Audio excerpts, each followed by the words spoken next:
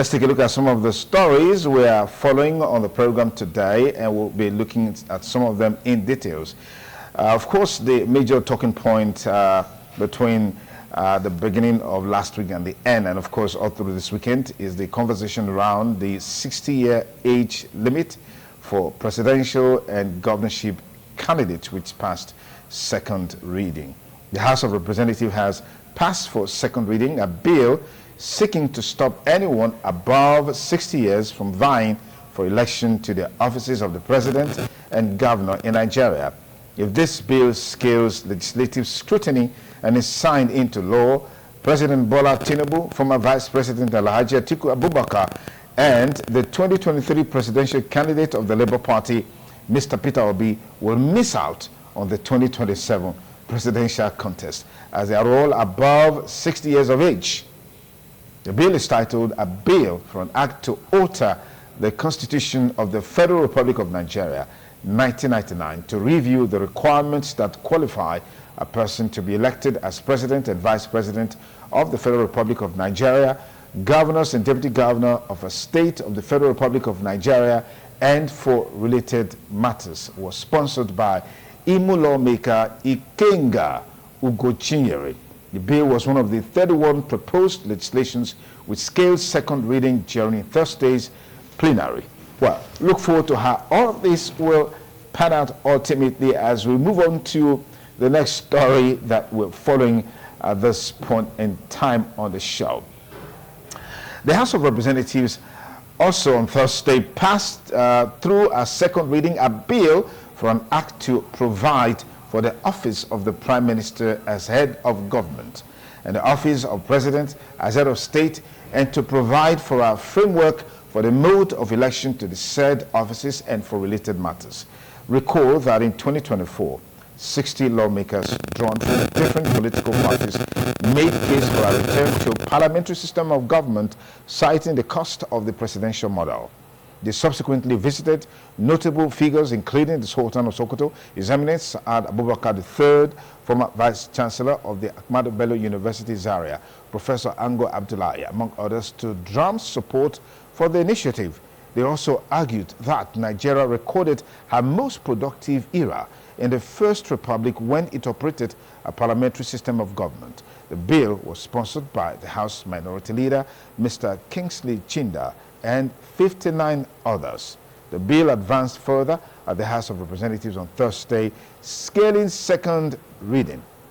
Well, another major bill that will alter the political landscape of Nigeria if it passes through.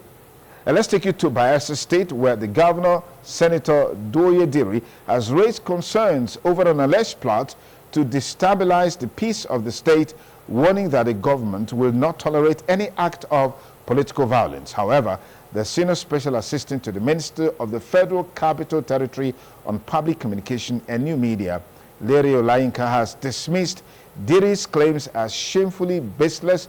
Speaking on Thursday during separate meetings with the Bayelsa Elders Council and the 37th session of the Bayelsa State Security Council, Diri cautioned security agencies, elders, youths, and traditional rulers to remain vigilant. He specifically warned that a planned mega rally and the inauguration of a political group loyal to the Federal Capital Territory Minister Nyesom Wike could incite unrest in the state.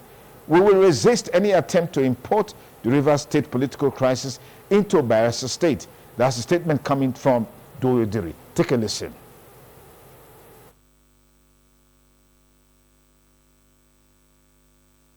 Persons from this state, particularly one George Turner, is threatening the peace of this state. And recently there is a Facebook report with his own number that is going to host the Minister of FCT in Tombia roundabout in Bayelsa. The minister is not from Bayelsa State. This is not FCT. This is Bayelsa State. All service commanders should be at alert. That meeting must not take place in Bayelsa State. He can host his minister anywhere outside Bayelsa State. And I direct further that no public place, no public school, no public place, infrastructure should be used by anybody except by the approval of the state government. Every public facility in this state owned by the Bayelsa state government, nobody can use it except with the express approval of the Bayelsa state government.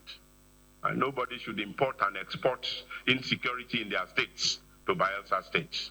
And so service commanders, you are put on alert that any of such gatherings should not and will not hold in Bayelsa. The governor of Bayelsa State there, Toyo Diri, giving warnings and directives to service commanders in the state to be at alert. Okay, let's move on. President Bola Tinubu has condemned the murder of traveling hunters intercepted by local vigilantes in the Uromi community of Eastern Northeast local government area of Edo State. The president, who expressed shock at the dastardly act on Thursday, directed police and other security agencies to conduct swift and thorough investigations and punish the suspected culprits. President Tinubu commiserated with the families of the affected victims and assured them that criminals will not be allowed to shed the blood of innocent Nigerians in vain. The president noted that jungle justice had no place in Nigeria and all Nigerians have the freedom to move freely in any part of the country. President Tinubu commended Edo State Governor Senator Monday Okpebholo and the community leaders in Uromi for their swift response to avert the escalation of tension. Meanwhile, Senator Monday Okpebholo, governor of Edo State, has visited Uromi and has blessed justice for travelers killed in the jungle justice incident that took place in Uromi. He paid a visit to Uromi, the headquarters of Eastern Southeast local government area of the state, after receiving a sad report of an incident leading to unwarranted murder and arson. The state governor had strongly condemned the barbaric act allegedly committed by members of a local vigilante in which 7 persons were burnt to death on suspicion of being kidnappers. Governor Monday Okpebholo, who visited the town to assess the situation, expressed dismay over the heinous killings. He condemned the actions of the vigilante members in the strongest terms and promised justice for the victims. The governor said there is no excuse for the vigilante members to take the law into their own hands without recourse to statutory law enforcement agencies. Directed the state police commissioner and other security agencies to conduct thorough and speedy investigations into the matter and bring those found culpable to book.